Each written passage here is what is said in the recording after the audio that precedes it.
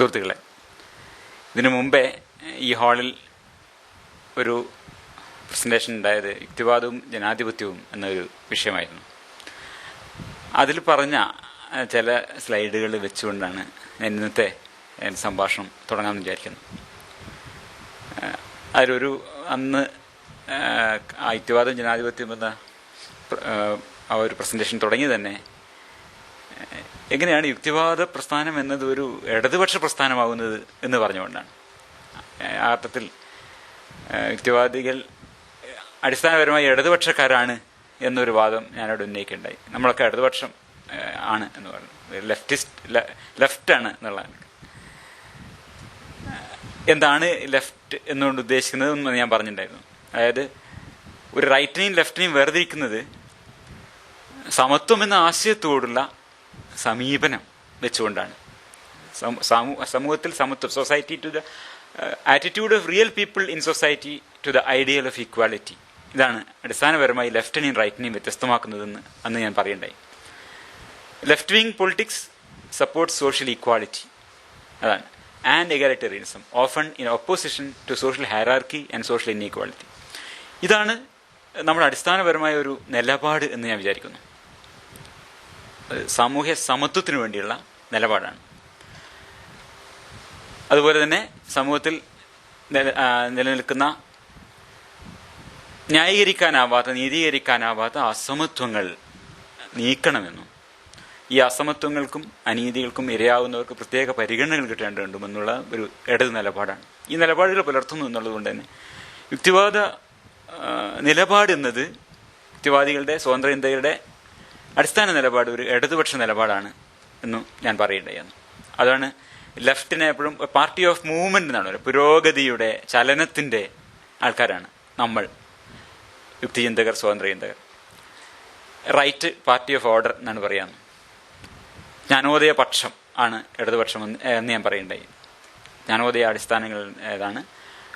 ഒരു അടഞ്ഞ ഏകാധിപത്യ സമൂഹത്തെ ഉന്നം വെക്കുന്ന അയുക്തിക പ്രത്യയശാസ്ത്രമാണ് മാർക്സിസം ലെനിനിസം. ഇടതുപക്ഷം എന്നുകൊണ്ട് ഉദ്ദേശിക്കുന്നത് മാർക്സിസ്റ്റ് പക്ഷമല്ല എന്നുകൂടി ഒന്ന് ഉറപ്പിച്ച് പറഞ്ഞ ശേഷം ഇത് പറയാനുള്ള കാരണം, എന്തുകൊണ്ടാണ് ഈ ഇടതുപക്ഷം എന്ന ആശയം വീണ്ടും തീർത്തും വ്യത്യസ്തമായ ഒരു സബ്ജക്റ്റ് പറയുമ്പോൾ പോലും ഞാൻ ഇവിടെ തന്നെ തുടങ്ങുന്നത് എന്ന് പറഞ്ഞാൽ, ഇടതുപക്ഷക്കാരെന്ന് പൊതുവെ ഐഡന്റിഫൈ ചെയ്യുന്നവർ തന്നെ ഞാൻ ഇന്നിപ്പോൾ അഡ്രസ്സ് ചെയ്യുന്ന ഈ വിഷയം, വേദാന്തത്തിന്റെ വിഷയം, ഉപനിഷത്തുകളുടെ വിഷയം, ഇതിനെ എങ്ങനെ കൈകാര്യം ചെയ്യണമെന്നതിനെക്കുറിച്ച് തർക്കങ്ങളുണ്ട് എന്നുള്ളതുകൊണ്ടാണ് ഒരു ഇടതുപക്ഷ നിലപാട് എന്ന് പറയാൻ വേണ്ടി തന്നെ ഈ ഇടതുപക്ഷമാണ് നമ്മൾ ഇന്ന് എടുത്തു പറയുന്നത്. അതിനു വേണ്ടിയാണ് ഇത്. കഴിഞ്ഞ ഈ വാസ്തവത്തിൽ ഇത് ഉപനിഷത്തുകളെ, വേദാന്തത്തെക്കുറിച്ചുള്ള ഒരു ദീർഘമായ ആലോചനയുടെ രണ്ടാം ഘട്ടമാണ്. ഒന്ന് കഴിഞ്ഞ മാസം മലമ്പുഴയെ വെച്ച് പറയുണ്ടായി, അതിൻ്റെ ആദ്യത്തെ ഭാഗം.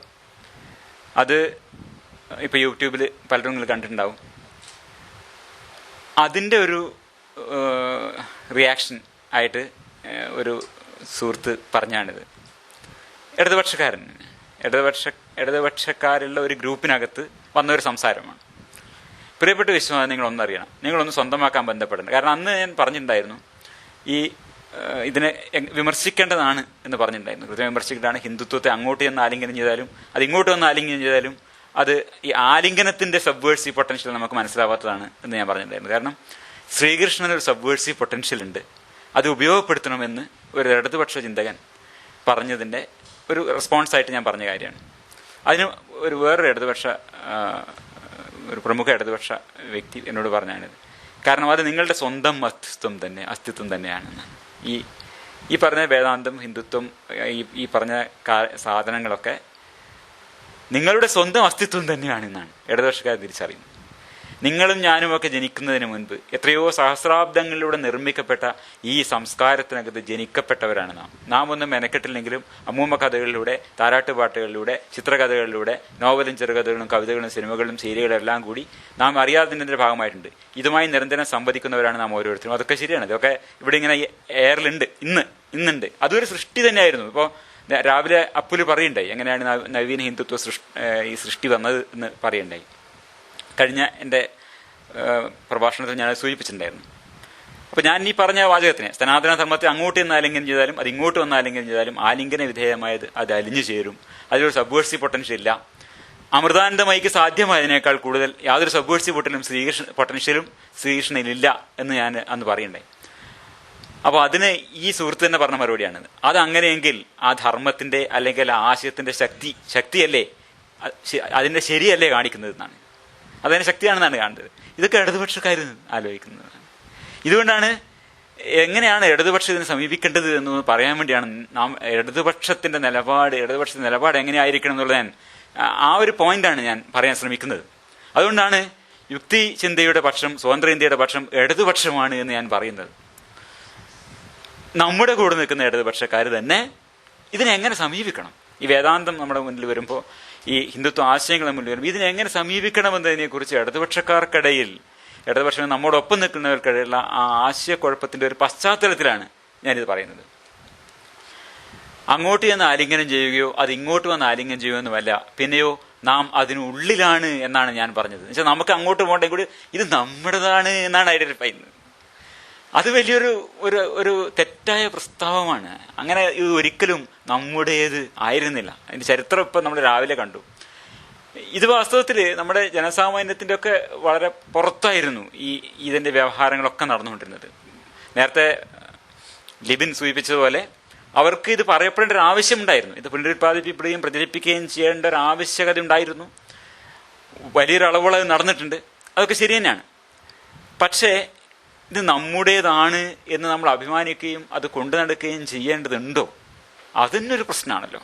അങ്ങനെയൊക്കെ നമ്മുടെ മുന്നിൽ ഈ സാധനം ഉണ്ട്. ഇപ്പം രാമായണം സീരിയലായി വരുന്നുണ്ട്. അതിൻ്റെ പിന്നിലൊരു ചില താല്പര്യങ്ങളുണ്ട്, അത് തിരിച്ചറിയേണ്ടതുണ്ട്. ഇതൊക്കെയല്ലേ നമ്മൾ ആലോചിക്കേണ്ടത്. അല്ലാതെ അത് നമ്മുടേതാണ് എന്ന് വെച്ച് അതിനെ അഡ്രസ്സ് ചെയ്യേണ്ടതുണ്ടോ എന്നുള്ളതാണ് പ്രശ്നം. പിന്നെ എന്ത് ചെയ്യും? അദ്ദേഹം പറയാണ്, അതിൻ്റെ ഏറ്റവും പുരോഗമനപരമായ അംശം കണ്ടെത്തി അതിനോട് ക്രിയാത്മകമായി പ്രതികരിക്കുക, അത് മാത്രമേ ചെയ്യാനുള്ളൂ എന്നാണ്. അവിടെയാണ് ശ്രീകൃഷ്ണൻ സബ്വേഴ്സീവ് പൊട്ടൻഷ്യലില്ല ദൈവമാവുന്നത്. അത് കണ്ടെത്താൻ പറ്റുമെന്നാണ് പ്രതീക്ഷിക്കുന്നത്. ഇടതുപക്ഷക്കാർ പ്രതീക്ഷിക്കുന്നത് എന്താണ്? ഈ പാരമ്പര്യത്തിനകത്ത് ചില പുരോഗതികൾ കണ്ടെത്താൻ പറ്റും. അതാണ് സച്ചിദാനന്ദൻ ശ്രമിച്ചത്. ഇത് ഈ ഉപനിഷത്തുകളുടെ പാരമ്പര്യം അത് നിവൃത്തി മാർഗമാണ്, അത് വളരെ പുരോഗമനപരമാണ്. ഭക്തി പ്രസ്ഥാനം അത് വളരെ പുരോഗമനപരമാണ്. ഇതിനെ നമുക്ക് ഇങ്ങ് കൊണ്ടെടുക്കാം, ഇതിനെ വെച്ചുകൊണ്ട് നമുക്ക് ഈ വൈരുദ്ധ്യത്തിനെ നമുക്ക് മുതലാക്കാം എന്നുള്ളതാണ് നിലപാട്. അതിനുള്ള അനന്ത സാധ്യതകൾ അതിനുള്ളിൽ തന്നെ ഉണ്ട് എന്നതാണ് സബ്വേഴ്സീവ് പൊട്ടൻഷ്യൽ എന്നതുകൊണ്ട് ഉദ്ദേശിക്കുന്നതെന്നാണ്.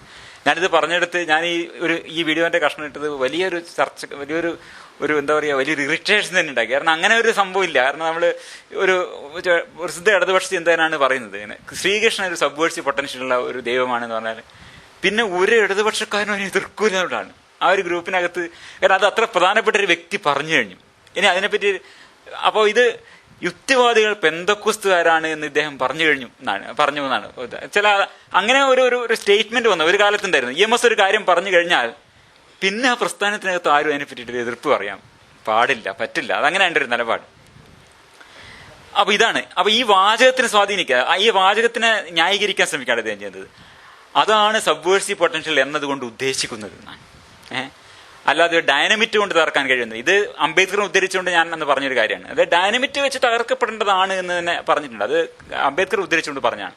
കഴിയുന്നതല്ല ഈ സാംസ്കാരിക മണ്ഡലം എന്ന് പറയുന്നത്. അപ്പൊ ഈ സാംസ്കാരിക മണ്ഡലത്തിന് എങ്ങനെ കൈകാര്യം ചെയ്യണം? ഇതിനകത്ത് അവിടെ ഇവിടെ ചില പുരോഗമനപരമായ കുറെ കാര്യങ്ങളുണ്ട്. അത് അനന്ത സാധ്യതകളുണ്ടെന്നാണ് പറയുന്നത്. ഈ ഹിന്ദുത്വ വ്യവഹാരത്തിനകത്ത് തന്നെ ഒരുപാട് അനന്ത സാധ്യതകളുണ്ട്. അതിനെ ഉപയോഗപ്പെടുത്തുന്നതാണ് ഇന്ന് ഇടതുപക്ഷത്തെ പല പ്രമുഖരും പറഞ്ഞുകൊണ്ടിരിക്കുന്നതാണ്. അപ്പൊ ഇദ്ദേഹം പറയാണ്, ഇതിന്റെ പറയാണ് ഭാരതീയ ചിന്തയുടെ അവസാന വാക്കായി, ഇത് ഇടതുപക്ഷക്കാരൻ പറയുന്നതാണ്, ഭാരതീയ ചിന്തയുടെ അവസാന വാക്കായ അദ്വൈത സിദ്ധാന്തത്തെ പറ്റി ശങ്കരനും ശ്രീനാരായണനും വിവേകാനന്ദനും പറഞ്ഞ അതേ അദ്വൈതം. ഇതൊക്കെ വികാരം കൊള്ളാണ്, ഇടതുപക്ഷക്കാരന്റെ വികാരമാണ് കാണുന്നത്. അത് കേൾക്കുമ്പോൾ അവരിങ്ങനെ പുളകം കൊള്ളാണ്. ലോകത്തിലെ മറ്റേതൊരു തത്വദർശനവുമായി താരതമ്യം സംസാരിക്കാൻ ആണെങ്കിൽ ഞാനും തയ്യാർ എന്നൊക്കെയുള്ള വെല്ലുവിളികൾ ഇടതുപക്ഷക്കാരനുണ്ട്. ഞാനിതിനെ റെസ്പോണ്ട് ചെയ്ത് പോലുമില്ല. അത് വേറൊരു വിഷയം കേട്ടോ, ഞാൻ അവിടെ റെസ്പോണ്ട് ചെയ്തില്ല. ഇതാണ് ഇടതുപക്ഷത്തിന്റെ ഭാഗത്ത് നിന്ന് ഇന്ന് കേൾക്കുന്ന ഒരു വാദഗതി എന്നതുകൊണ്ടാണ് ഞാൻ ആദ്യമേ എന്തുകൊണ്ടാണ് നമ്മൾ ഇടതുപക്ഷക്കാരാണ് എന്ന് ഐഡന്റിഫൈ ചെയ്യുന്നത്, എങ്ങനെയാണ് നമ്മൾ ഇതിനെ സമീപിക്കേണ്ടത്, നമ്മുടെ നിലപാട്, നമ്മുടെ ഒരു ഇടതുപക്ഷ നിലപാടാണ്. അപ്പൊ ഇന്നത്തെ ഒരു നിലനിൽക്കുന്ന ഒരു ഡോമിനൻ്റ് ആയിട്ടുള്ള ഇടതുപക്ഷ ആശയത്തിന് ഒരു ബദലായിട്ട് അതിന് പകരം നമുക്കെന്ത് പറയാനുണ്ട്, ഈ ഹിന്ദു വ്യവഹാരത്തിനെ എങ്ങനെ സമീപിക്കണമെന്ന് നമുക്ക് ചിലത് പറയാനുണ്ട്. അതാണ് നമ്മൾ ഇന്ന് രാവിലെ മുതൽ ശ്രമിച്ചുകൊണ്ടിരിക്കുന്നത്. പ്രശാന്തിൻ്റെ പ്രസൻറ്റേഷൻ ആയാലും ശരിയാണ്, ലിബിൻ്റെതായാലും ശരിയാണ്. നമ്മൾ പറയാൻ ശ്രമിക്കുന്നത് ഇതിനെ വിമർശിക്കുക സാധ്യമാണെന്നുള്ളതാണ്. അതല്ല ഇതിൻ്റെ ചില സംഗതികൾ അടർത്തിയെടുത്ത് അതിനെ അങ്ങ് സ്വന്തമാക്കിക്കൊണ്ട് ഈ ശ്രീകൃഷ്ണ ജയന്തി മാത്രം ഇങ്ങ് സ്വന്തമാക്കി എടുത്തിട്ട് നമുക്ക് ഗണേശ ജയന്തിക്ക് പകരം കൊണ്ടുവെക്കാം എന്ന് വിചാരിക്കുന്നത്. അതുപോലെ ശ്രീകൃഷ്ണൻ എന്നൊരു ദൈവത്തിനെ മാത്രം ഇങ്ങ് അടർത്തിയെടുത്തുകൊണ്ട് നമുക്ക് അതിനൊരു പുരോഗമന ദൈവമാക്കി രാമന് പകരം വെക്കാം, രാമജന്മഭൂമിക്ക് പകരം വെക്കാൻ നോക്കുന്നത്. ഈ തരത്തിലുള്ള സങ്കല്പങ്ങൾക്ക് പകരം യുക്തിചിന്തയുടേതായ സ്വതന്ത്രചിന്തയുടേതായ ഒരു ബദൽ നമുക്ക് മുന്നോട്ട് വെക്കാൻ പറ്റുമോ എന്നാണ് ശ്രമിക്കുന്നത്. ഇവിടെയാണ് ഈ ഔപനിഷദിക ലോകവീക്ഷണവും ആധുനിക ലോകവീക്ഷണവും എന്ന എൻ്റെ പ്രസന്റേഷൻ ഞാൻ ഈ ഒരു കോണ്ടെക്സ്റ്റിലാണ് പ്ലേസ് ചെയ്യാൻ ശ്രമിക്കുന്നത് എന്ന് പറയുന്നത്. ഇത് നേരത്തെ ഞാൻ പറഞ്ഞതാണ്, ഇത് ലോകവീക്ഷണം. ഇത് ഈ ലോകം എന്ന വാക്ക് തന്നെ ഇവർ വേദാന്തികൾ അങ്ങനെയാണ് പറയുക. നമ്മളാൽ ലോക്യതേ ഇത് ലോകം എന്നാണ് പറഞ്ഞത്. നമ്മളാൽ കാണപ്പെടുന്നതെന്തോ അതാണ് നമ്മുടെ ലോകം എന്നാണ് വേദാന്തികൾ പറയുക. അപ്പോൾ ഈ ലോകത്തിനെ കുറിച്ചുള്ള വീക്ഷണം, ലോകവീക്ഷണം എന്നത് അടിസ്ഥാനപരമായിട്ട് ഈ ഒരു പ്രസന്റേഷൻ ഉദ്ദേശിക്കുന്ന ഇതാണ്. ഉപനിഷത്തുകൾ അവതരിപ്പിക്കുന്ന ലോകവീക്ഷണം എന്നത് ആധുനിക ലോകവീക്ഷണവുമായി പൊരുത്തപ്പെടുന്നില്ല എന്നാണ് പറയാൻ ഉദ്ദേശിക്കുന്നത്. അത് ഓഫ് ചെയ്തു.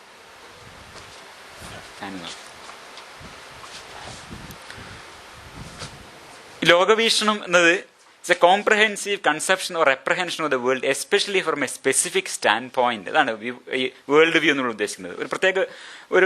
ഒരു പ്രത്യേക സ്റ്റാൻഡ് പോയിന്റിൽ നിന്നുകൊണ്ടാണ് നമ്മൾ ലോകത്തെ അഭിവീക്ഷിക്കാൻ ശ്രമിക്കുന്നത്, മൊത്തമായി കാണാൻ ശ്രമിക്കുന്നത്.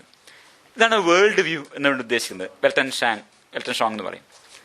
ഇതിൽ ഇന്ന് രാഷ്ട്രീയ ജീവികളാണല്ലോ മനുഷ്യർ. അപ്പൊ ഇന്ന് നമ്മുടെ ഡോമിനന്റ് ആയിട്ടുള്ള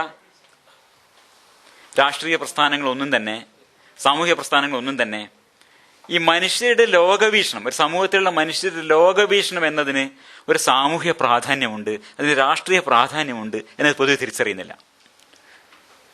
എല്ലാ രാഷ്ട്രീയ പാർട്ടിക്കാരുടെയും വിചാരം എങ്ങനെ, അവരുടെ രീതി എന്ന് വെച്ചാൽ മനുഷ്യരിങ്ങനെ പല വീക്ഷണങ്ങളുടെ അടിസ്ഥാനത്തിൽ വീക്ഷണങ്ങളുടെ അടിസ്ഥാനത്തിലല്ല, പല ഗ്രൂപ്പുകളായി തിരിയുകയും ചില ഗോത്രങ്ങളായിട്ട് ഇങ്ങനെ ഇരിക്കുകയും ചെയ്യുന്നുണ്ട്, പല പല ഗ്രൂപ്പുകൾ. അപ്പൊ ഈ ഒരു ഗ്രൂപ്പിനെ അങ്ങനെ അടർത്തി മാറ്റി എങ്ങനെ എൻ്റെ ശക്തി വർദ്ധിപ്പിക്കാം എന്നുള്ളതാണ് ഓരോ ആളുടെയും ശ്രമം. എല്ലാ കാൽക്കുലേഷനും അങ്ങനെയാണ് വരുന്നത്. മനുഷ്യർ എന്ന നിലക്ക്, വ്യക്തികൾ എന്ന നിലക്കല്ല നമ്മുടെ സമൂഹം, നമ്മുടെ സമൂഹത്തിലെ എന്താ പറയുക കൈകാര്യം ചെയ്യുന്ന ശക്തികൾ, ഇപ്പോൾ രാഷ്ട്രീയ ശക്തികളാവട്ടെ, പിന്നെ എല്ലാവരും തന്നെ അതല്ല ശ്രമിക്കുന്നത്. ഗ്രൂപ്പുകളെ എങ്ങനെ നമ്മളുടെയിലേക്ക് ഉൾക്കൊള്ളിക്കാം എന്നാണ്. ആ ഗ്രൂപ്പിനെ എങ്ങനെ നായർ വോട്ടുകൾ ഇങ്ങോട്ട് കൊണ്ടുവരാം, എങ്ങനെ മറ്റേ ആൾക്കാരുടെ സ്വാധീനം ഇങ്ങോട്ട് എടുത്തു മാറ്റാം, ഈ രീതിയിലാണ് ചിന്തിക്കുന്നത്. എങ്ങനെ ദളിത് എന്നുള്ള വാക്ക് പോലെ പറയില്ല, ഒരാൾ ഓരോ വാക്കാണല്ലോ പറയുക. അപ്പോൾ അവരെ എങ്ങനെ ഇങ്ങോട്ട് കൊണ്ടുവരാൻ പറ്റും? അപ്പൊ ഇങ്ങനെ വ്യക്തി എന്ന നിലക്ക് അല്ല നമ്മൾ ഇന്ന് പൊതുവെ രാഷ്ട്രീയ പ്രസ്ഥാനങ്ങളായാലും സാമൂഹിക പ്രസ്ഥാനങ്ങളായാലും ഈ സമീപിക്കുന്നത്. സമൂഹത്തെ സമീപിക്കുന്നത് എങ്ങനെയാണ്? ഗോത്രങ്ങളെയാണ് കാണുന്നത്, ഗ്രൂപ്പായിട്ടാണ്. അവരെ എങ്ങനെ ഇങ്ങോട്ട് കൊണ്ടുവരാം, അതാണ് ഉദ്ദേശിക്കുന്നത്. നമ്മുടെ ഒരു സ്വാതന്ത്ര്യാനന്തര ഇന്ത്യയുടെ നമ്മളൊക്കെ വളർന്നു വന്നതും സമീപകാലം വരെ നിലനിന്നു പോന്നിരുന്നതുമായ അതൊരു പൊതു സംഭവം എന്ന് പറഞ്ഞാൽ ഈ ലോകവീക്ഷണ വിമർശനം എന്നത് ആരുടെയും ജോലിയായിരുന്നില്ല. ഒരാളും വേറൊരാളുടെ ലോകവീക്ഷണത്തെ വിമർശിക്കുന്ന ഒരു സംഭവമില്ല, ഒരു ശക്തിയില്ല.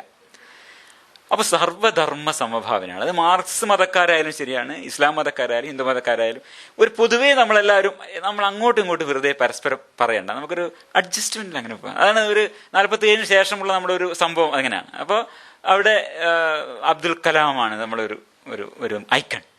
അബ്ദുൽ കലാമിന് സായിബാബ വരെ സ്വീകാര്യനാണ്, സായിബാബയുടെ പേരിൽ കവിത എഴുതാൻ വരെ ഉള്ള ആളാണ്. അപ്പൊ ഈ തരത്തില് ഈ സർവ്വധർമ്മ സമഭാവന എന്നൊരു കാപട്യം. അപ്പോൾ എന്താണ് നമ്മൾ CPIM സമ്മേളനത്തിന് നമ്മൾ ഭഗവത്ഗീതയുടെ മാനവിക സന്ദേശം വെക്കും. ഇവിടെ എന്താണ് ഉദ്ദേശിക്കുന്ന വാസ്തവത്തിൽ ഇതിന്റെ ഒരു ഗ്രൂപ്പ് അവിടെ ഉണ്ടെന്ന് അറിയാം. അപ്പൊ ഇതിനെ എങ്ങനെ ഇങ്ങോട്ട് കൊണ്ടുവരാം, അതാണ് ശ്രമിക്കുന്നത്. അതെല്ലാവരും അതാണ് ശ്രമിക്കുന്നത്, ഓരോ തരത്തിലും ശ്രമിക്കുന്നത് ഇങ്ങനെയാണ്. അപ്പോൾ ഇങ്ങനെ ഒരു കാപട്യം, ദേശീയ കാപട്യമായി നമ്മൾ ഈ സർവ്വധർമ്മ അതേസമയം ഒരു എന്താ പറയുക, ഒരു റിയൽ ആയിട്ടുള്ള പുഷ് വരുന്ന സമയമാകുമ്പോഴേക്കും എന്ത് പറ്റും, കൈവെട്ടിക്കുകയും ചെയ്യും എന്നുള്ളതാണ്.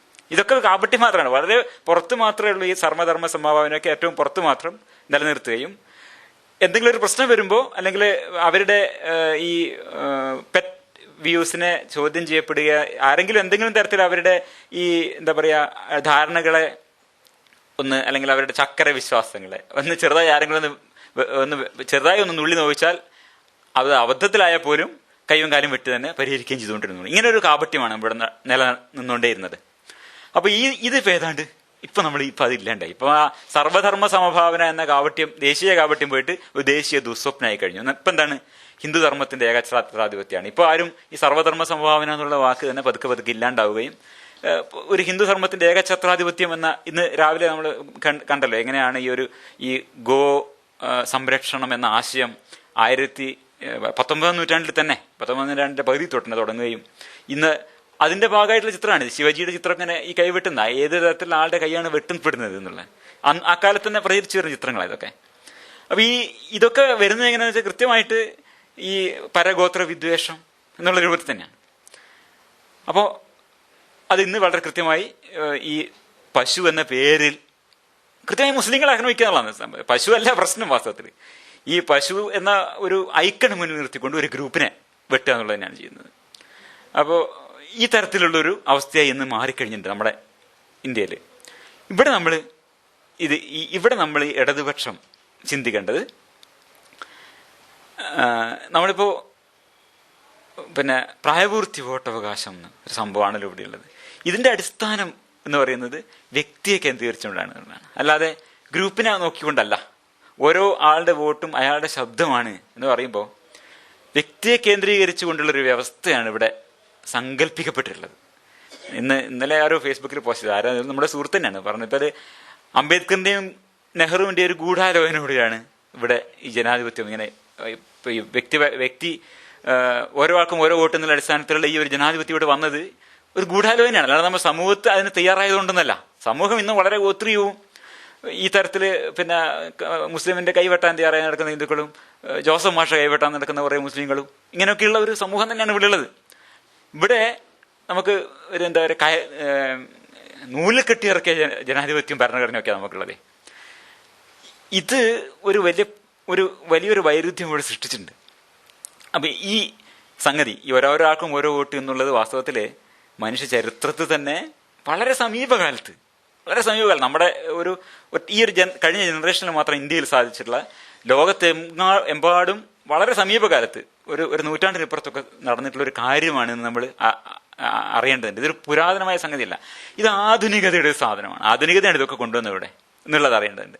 അപ്പൊ ഈ പരമ്പരാഗതമായ നമ്മുടെ ഒരു ചിന്താരീതിയുടെയും ലോകവീക്ഷണത്തിന്റെയും ഗോത്രീയ രീതിയുടെയും ഒക്കെ കൃത്യമായിട്ടുള്ള ഒരു നിഷേധമാണ് ജനാധിപത്യത്തിലൂടെ നടക്കുന്നത്. അത് പുതിയ കാര്യമാണെന്നുള്ളത് നമ്മൾ തിരിച്ചറിയേണ്ടതുണ്ട്. ഈ ജനാധിപത്യത്തിൽ ഈ പഴയ ഗോത്രീയ ഐക്കണുകളെ മന്ദിർ വഹാം അഹീബനായേങ്ക എന്ന് പറയും. അവിടെ ഏത് തരത്തിലുള്ള ഒരു എന്താണ് സംവാദങ്ങളാണ് നടക്കുന്നത് എന്നുള്ളതാണ്. ഏതാണ് വോട്ട് ഉണ്ടാക്കുന്നത്, ഏതാണ് അധികാരത്തിലേക്ക് ആൾക്കാരെ ഏറ്റുന്നത്, അപ്പൊ ഈ കൂട്ടം മുഴുവനും പോയി വോട്ട് ചെയ്യുന്നത് എന്താണ്? ഈ മന്ദിരം എന്നുള്ളതിന്റെ പേരിലാണെന്നുള്ളതാണ്. ഒരു അമ്പലം ഉണ്ടാക്കാൻ വേണ്ടിയാണ് വോട്ട് ചെയ്യുന്നത്, രാമന് വേണ്ടിയാണ് വോട്ട് ചെയ്യുന്നത്. ലോകവീക്ഷണത്തിന്റെ പ്രശ്നമാണ്. കാരണം ഇത് മന്ദിരം എന്നുള്ളത് മന്ദിരം രാമജന്മഭൂമിയിൽ ഒരു ഇതുണ്ടാക്കുന്നുള്ളത് വലിയൊരു പ്രശ്നമായി കാണുന്ന ഒരു ജനം ഉള്ളത് കൊണ്ട് മാത്രമാണ് ഇത് വിജയിക്കുന്നത്. ഇവിടുത്തെ അടിസ്ഥാന പ്രശ്നം എന്താണ്? ലോകവീക്ഷണത്തിൻ്റെതാണെന്ന് അറിയേണ്ടതുണ്ട്. അത് കറക്റ്റ് ചെയ്യാതെ, അത് കറക്റ്റ് ചെയ്യാൻ ഒരു ശ്രമം പോലും അതൊരു പ്രസക്തമായ പ്രശ്നമാണ് എന്ന് പോലും വിശ്വസിക്കുന്നില്ലെങ്കിൽ ഇടതുപക്ഷത്തിനടുത്ത് വലിയ കുഴപ്പമുണ്ട്. ഇടതുപക്ഷം മനസ്സിലാക്കാത്തൊരു പ്രശ്നം അതാണ്. ഞാൻ മാർക്സിസ്റ്റ് ഇടതുപക്ഷം പേരില്ല പറഞ്ഞു, അവിടെ ഒരു പ്രതീക്ഷയില്ല. ഞാൻ പറഞ്ഞത് ഇടതുപക്ഷം എന്ന് നമ്മൾ വിചാരിക്കുന്നത്, അതായത് ദ പാർട്ടി ഓഫ് മൂവ്മെന്റ്, മുന്നോട്ട് പോകണമെന്ന് വിചാരിക്കുന്ന ആൾക്കാർ, ജനാധിപത്യവാദികൾ, നമ്മൾ മനസ്സിലാക്കേണ്ട അടിസ്ഥാനപരമായി ലോകവീക്ഷണം മാറാതെ നമ്മുടെ രാഷ്ട്രീയം മാറില്ല. എന്തൊക്കെ നിങ്ങൾ ഗ്രൂപ്പായിട്ട് മാത്രം ആൾക്കാരെ കാണുന്നു, അതിലും വലിയ ഗ്രൂപ്പ് പിടിക്കാൻ പറ്റിയ ആൾക്കാരാണ് ഇവിടെ മോഡിയും അമിത്ഷാജിയും ഒക്കെ. അവർക്ക് കൃത്യമായിട്ട് അറിയാം ഇവിടെ എങ്ങനെയാണ് ചെയ്യേണ്ടതെന്നുള്ളത്. അതുകൊണ്ട് ആ കളി കളിച്ചിട്ട് ഇവിടെ ഒരിക്കലും ഇടതുപക്ഷത്തിന് ഒന്നും ചെയ്യാൻ പറ്റില്ല. ഇടതുപക്ഷത്തിന് ചെയ്യാൻ പറ്റുന്നത് എന്താണ്?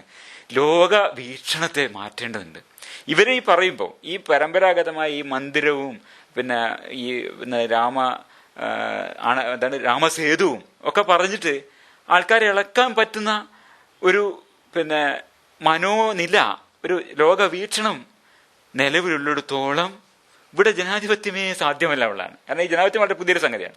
യോഗി ആദിത്യനാഥ് അദ്ദേഹം കൃത്യമായിട്ടുള്ള ഈ നമ്മൾ ഇന്ന് രാവിലെ കണ്ട് ഈ 19 തുടങ്ങിയിട്ടുള്ള നവഹിന്ദുത്വത്തിന്റെ അജണ്ട കൃത്യമായി നടപ്പിലാക്കുന്നുണ്ട് അദ്ദേഹം അവിടെ കൃത്യമായിട്ട്. ഹൗ ക്യാൻ വി, അദ്ദേഹത്തിന്റെ വാദമാണ്, who can ignore such burning issues. എന്താണ് burning issues? Like Ayodhya Ram Janmabhoomi temple, banning cow slaughter and curbing love jihad and stopping Islamic terrorism in Uttar Pradesh. നോക്കൂ, ഒരു ഇലക്ഷനിലൂടെ അധികാരത്തിലെത്തിയ ഒരു രാഷ്ട്രീയ നേതാവ് ബേണിംഗ് ഇഷ്യൂസായി കാണുന്നത് ഇതൊക്കെയാണ്. ഇത് ആരുടെ മനസ്സിലെ ബേണിംഗ് ഇഷ്യൂസ് ആണ്? അദ്ദേഹത്തിന് മാത്രമല്ല, ഇത് പങ്കിടുന്ന വലിയൊരു ജനവിഭാഗം ഉണ്ട് ഇവിടെ, ഒരു വലിയ ജനവിഭാഗം ഉണ്ട്. അതുകൊണ്ടാണ് അദ്ദേഹത്തിന് വോട്ട് ചെയ്ത് എത്തുന്നത്. ഇതെന്തുകൊണ്ടാണ്? ഇത് ലോകവീക്ഷണത്തിന്റെ പ്രശ്നമാണ്. എൻ്റെ മുന്നിലെ ഏറ്റവും വലിയ പ്രശ്നം ഈ ഗോസംരക്ഷണമാണ്, അല്ലെങ്കിൽ അയോധ്യയിൽ രാമജന്മഭൂമി ഉണ്ടാക്കുക, ടെമ്പിൾ ഉണ്ടാക്കുകയാണ് എന്ന് വിചാരിക്കുന്ന ജനം ഉള്ളത് കൊണ്ടാണ് അങ്ങനത്തെ ആൾക്കാർക്ക് ഭരിക്കാൻ പറ്റുന്നത്.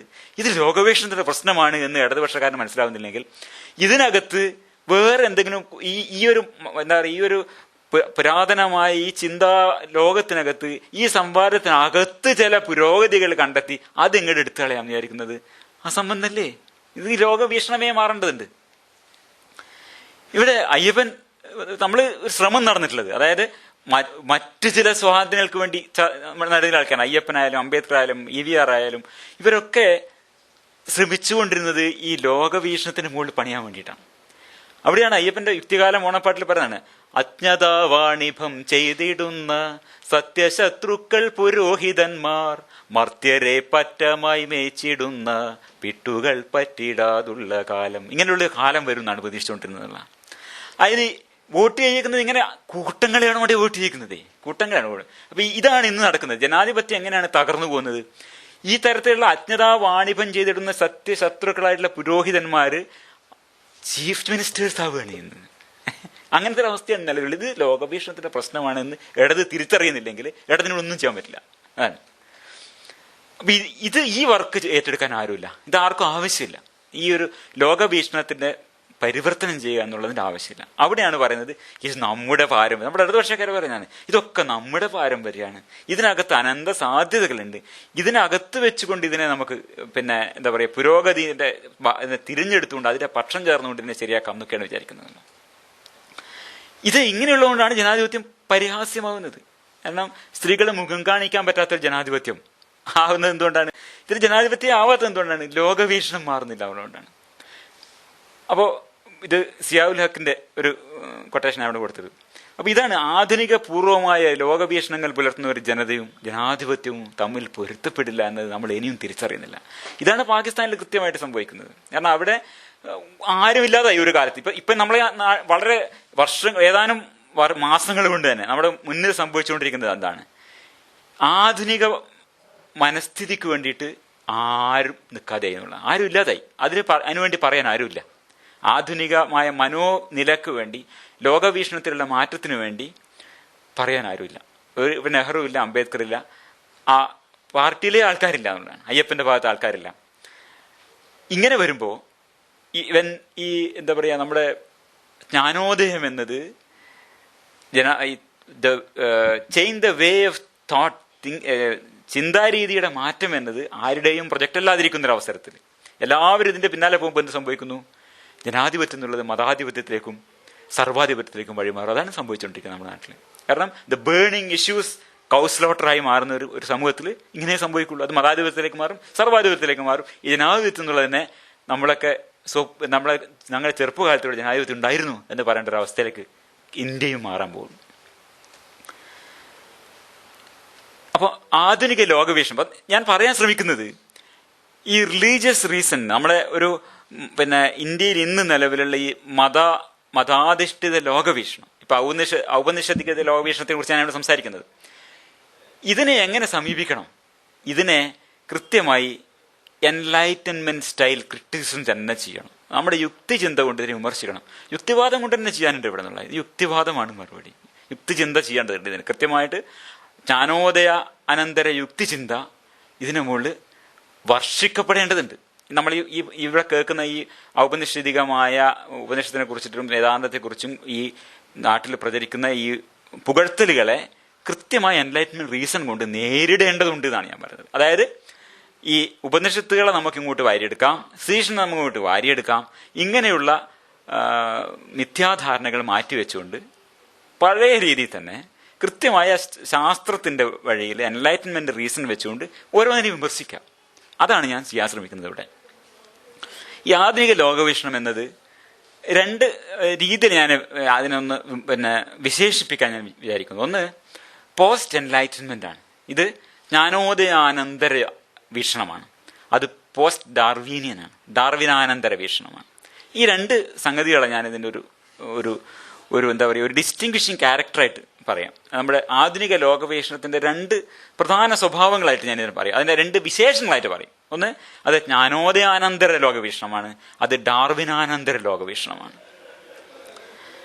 അപ്പൊ അതിന്റെ ജ്ഞാനോദയാനന്തരം എന്ന പദത്തെക്കുറിച്ചാണ് ഞാൻ ഒന്ന് ആദ്യം പറയാൻ ശ്രമിക്കുന്നത്. ഇത് എല്ലാ ടോക്കുകളിലും ഞാൻ പറയുന്നതാണ്. കഴിഞ്ഞ എൻ്റെ ഒരു സംസാരത്തെക്കുറിച്ച് ഒരു സുഹൃത്ത് പറഞ്ഞത്, ഇത് മാത്രം കേട്ട ആൾക്കൊന്നും മനസ്സിലാവില്ല എന്നാണ്. അതുകൊണ്ട് ഞാൻ പല തീമുകളെയും വീണ്ടും പറയുന്നത് ഇത് മാത്രം കേൾക്കുകയാണെങ്കിലും ഒരു ഏകദേശ ധാരണ കിട്ടണമല്ലോ എന്നുള്ളതുകൊണ്ട് കൂടിയാണ്. അപ്പോൾ ഈ 18ാം നൂറ്റാണ്ടിൽ പാശ്ചാത്യ സമൂഹത്തിന്റെ ചിന്താരീതി അമ്പെ മാറി മറിഞ്ഞു. ഇതിനാണ് നമ്മൾ ജ്ഞാനോദയം, എൻലൈറ്റൻമെന്റ് എന്ന് പറയുന്നത്. പരമ്പരാഗത ലോകവീക്ഷണം അവിടെ ഉപേക്ഷിക്കപ്പെട്ടു. ഈ ജ്ഞാനോദയത്തിന്റെ, എൻലൈറ്റൻമെന്റിന്റെ ഒരു സൃഷ്ടിയാണ് നമ്മൾ ഇന്ന് കാണുന്ന ആധുനികത. ഇത് നമ്മുടെ ലോകവീക്ഷണത്തെയും മൂല്യങ്ങളെയും ചിന്താരീതിയെയും ഒക്കെ നമ്മുടെ എന്ന് ഞാൻ പറയുന്നത് ഈ പാശ്ചാത്യ സമൂഹത്തിൽ നിന്ന് ഇത് കൊളോണിയൽ, നേരത്തെ അപ്പുൽ വിവരിച്ചതുപോലെ കൊളോണിയൽ സ്വാധീനം കൊണ്ട് നമ്മുടെ ഇടയിലും പ്രചാരത്തിൽ വന്നു. നമുക്ക് പലപ്പോഴും പറഞ്ഞിട്ടുള്ളതുപോലെ ഇന്ത്യയിൽ ഈ ജ്ഞാനോദയ പ്രൊജക്ട്, ജ്ഞാനോദയ പദ്ധതി, എൻലൈറ്റൻമെന്റ് പ്രൊജക്ട് അധികം മുന്നോട്ട് നീങ്ങിയില്ല. അവിടെ ഈ നവീന ഹിന്ദുത്വത്തിന്റെ റിയാക്ഷണറി മോഡേണിസം വരികയും അത് ഒരു പ്രതിലോമാധുനികത എന്ന നിലയിൽ ഇവിടെ നടപ്പിലാവുകയും അതാണ് ഇന്ന് നമുക്കിവിടെ നടന്നുകൊണ്ടിരിക്കുന്നത്. അതായത് ജ്ഞാനോദയത്തിന്റെ ആധുനികതയുടെ മൂല്യങ്ങളെല്ലാം കൈയൊഴിഞ്ഞ് കേവലം സാങ്കേതികത്വം, സയൻസിന്റെ സാങ്കേതികത്വം മാത്രം സ്വീകരിക്കുന്ന പ്രതിലോമാധുനികതയാണ് നമ്മൾ ഇന്ന് നിലവിലുള്ളത്. അപ്പോൾ ഇതാണ് ആധുനികത എന്നത്, ജ്ഞാനോദയത്തിന്റെ സൃഷ്ടിയാണ് എന്ന് പറയുമ്പോൾ നമ്മൾ ഉദ്ദേശിക്കുന്നത്. ചിന്താരീതിയുടെ പരിവർത്തനമാണ് ജ്ഞാനോദയത്തിന്റെ അടിസ്ഥാന പ്രമേയം. എന്താണ് ചിന്താരീതിയുടെ മാറുന്നത്? സമൂഹത്തിന്റെ ചിന്താരീതി ശാസ്ത്രത്തിന്റെ ചിന്താരീതി ആവുക എന്നതാണ്. ഇതൊക്കെ ആവർത്തിച്ചുറപ്പിച്ച് പറയേണ്ട ഒരു കാര്യമായതുകൊണ്ടാണ് അങ്ങനെ പറയുന്നത്.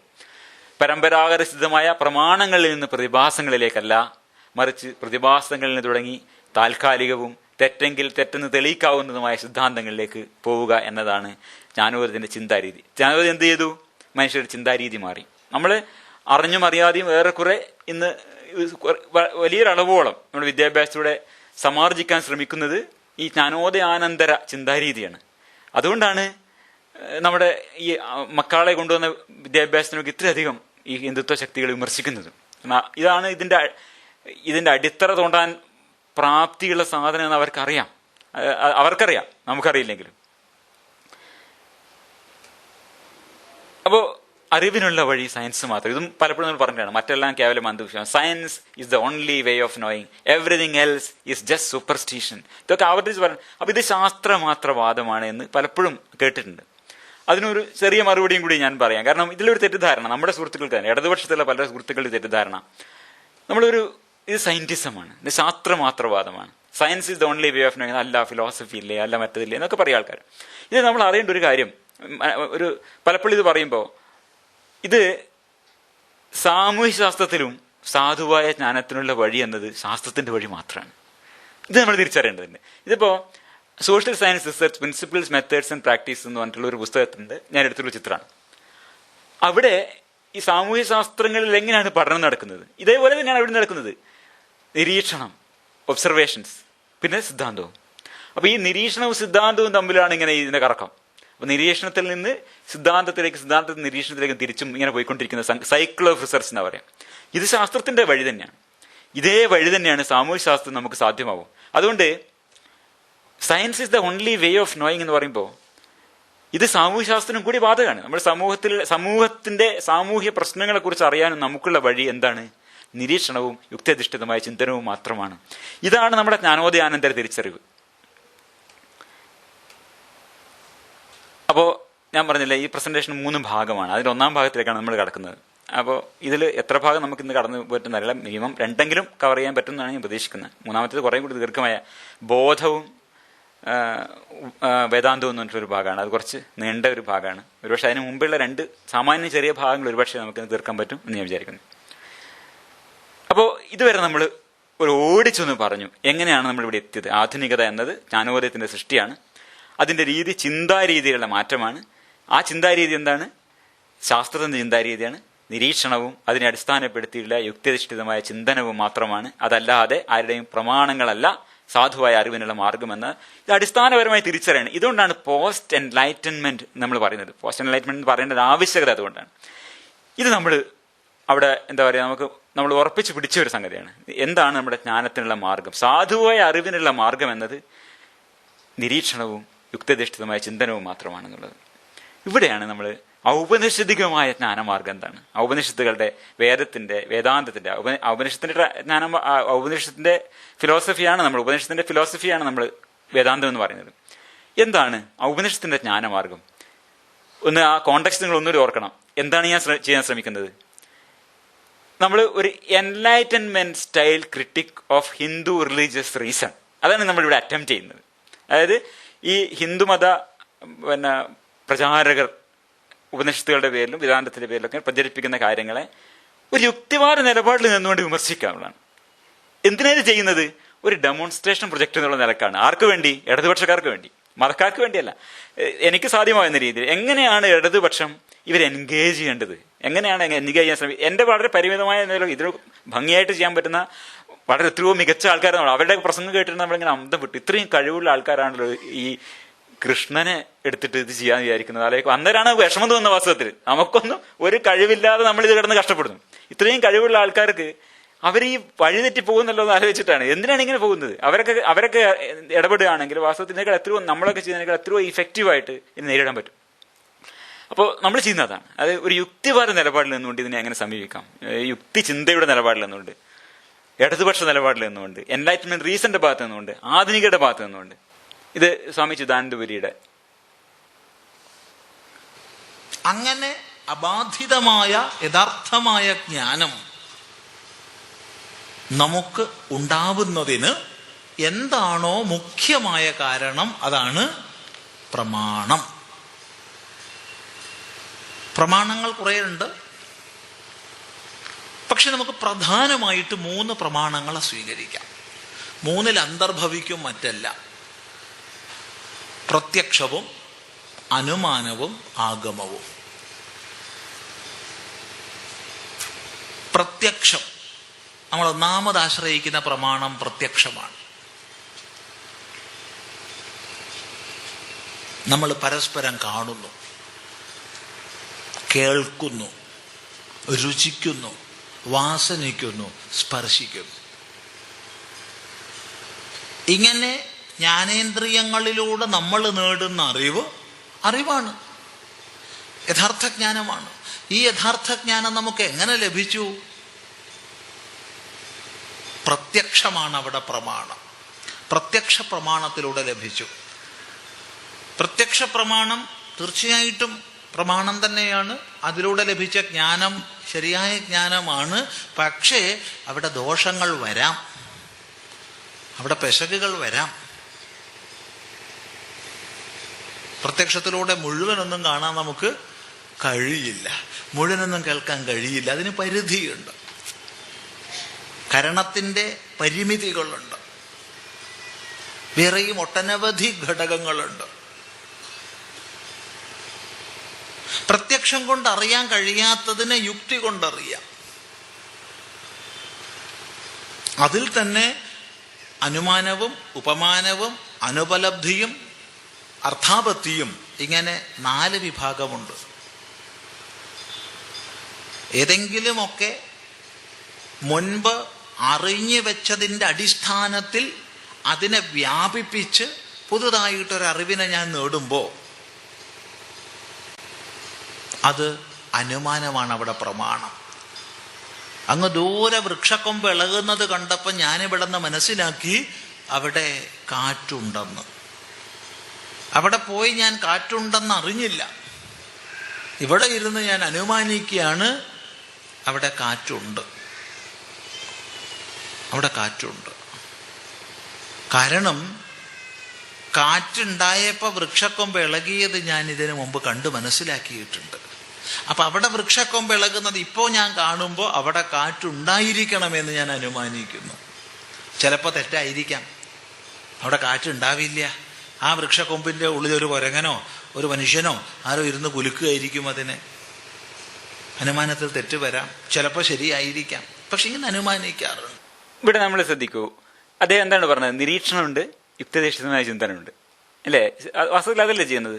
നിരീക്ഷണവും യുക്തിയധിഷ്ഠിതമായി അദ്ദേഹം ചിന്തിക്കുന്നു. ഇതൊക്കെ ഒരു സാധുവായ ജ്ഞാനത്തിലുള്ള മാർഗമാണെന്ന് അദ്ദേഹം പറയുന്നുണ്ട്. അതിൻ്റെ അപ്പുറം ഒന്നുകൂടിയും പറഞ്ഞിട്ടുണ്ട്, ആഗമം.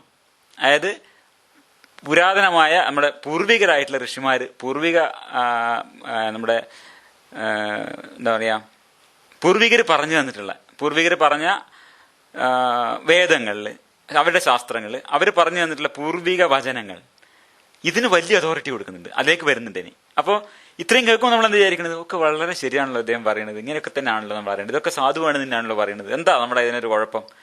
ഇത് വളരെ എന്താണ് പുരോഗമനപരല്ലേ, ഇത് നമുക്കും എടുത്തൂടെ എന്നൊക്കെ തോന്നും. ഇവിടെയാണ് പ്രശ്നം വരുന്നത്. അപ്പോൾ ഇനി നോക്കാം നമുക്ക്. പക്ഷേ ഇതൊക്കെ എന്താണ് പറയുന്നത്? ഇതൊക്കെ വാസ്തവത്തിൽ യഥാർത്ഥ പ്രശ്നങ്ങൾ, നമുക്ക് അറിയേണ്ട ഈ ജഗത്തിന്റെ കാരണം എന്ത്, അടിസ്ഥാനപരമായ ചോദ്യങ്ങൾക്ക്, the question that really matters, അവിടെ ഇതൊന്നും കാര്യമില്ല എന്ന് പറയുന്നത്. അവിടെയാണ് ഇതെല്ലാം പൊളിക്കുന്നതല്ല. ഈ പറഞ്ഞ ഒരു പ്രമാണവും എന്താണ് ജഗത് കാരണമെന്നും അതിൻ്റെ സ്വരൂപം എന്തെന്നുമുള്ള വിഷയത്തിൽ പ്രവർത്തിക്കുന്നില്ല. ഇത്രയും ഈ 5 പ്രമാണങ്ങളെ നമ്മൾ നിരൂപണം ചെയ്തെങ്കിലും ഈ 5 പ്രമാണങ്ങളും ആത്യന്തികമായ സത്യത്തെ ബോധിപ്പിക്കുന്നതിന് സമർത്ഥങ്ങളല്ല. അങ്ങനെ ഇതര പ്രമാണങ്ങളൊക്കെയും പ്രവർത്തിക്കാതാകുമ്പോൾ നമ്മൾ പരിപൂർണ ശ്രദ്ധയോടുകൂടി എന്ത് പ്രമാണമാണ് ഇതിനെ ബോധിപ്പിക്കുക എന്ന് അന്വേഷിക്കും. വിജ്ഞാനീയത്തിൻ്റെ വിവിധ മേഖലകളിൽ വിവിധ പ്രമാണങ്ങളുടെ പ്രവൃത്തിയുണ്ട്. ഏതെങ്കിലും ഒരു വസ്തുവിൻ്റെ ഭൗതിക ഘടനയെക്കുറിച്ച് അറിയാൻ എപ്രകാരമാണോ ഫിസിക്കൽ സയൻസിനെ നമ്മൾ പ്രമാണമായി സ്വീകരിക്കുന്നത്,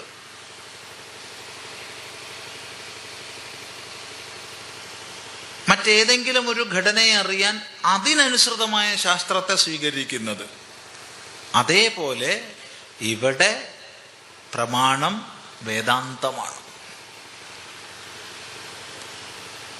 വേദാന്തം ശുദ്ധമായി പ്രമാണമാണ്, മറ്റൊന്നല്ല. എത്ര ഭംഗിയായിട്ടാണ് അത് ചെയ്ത് നോക്കൂ.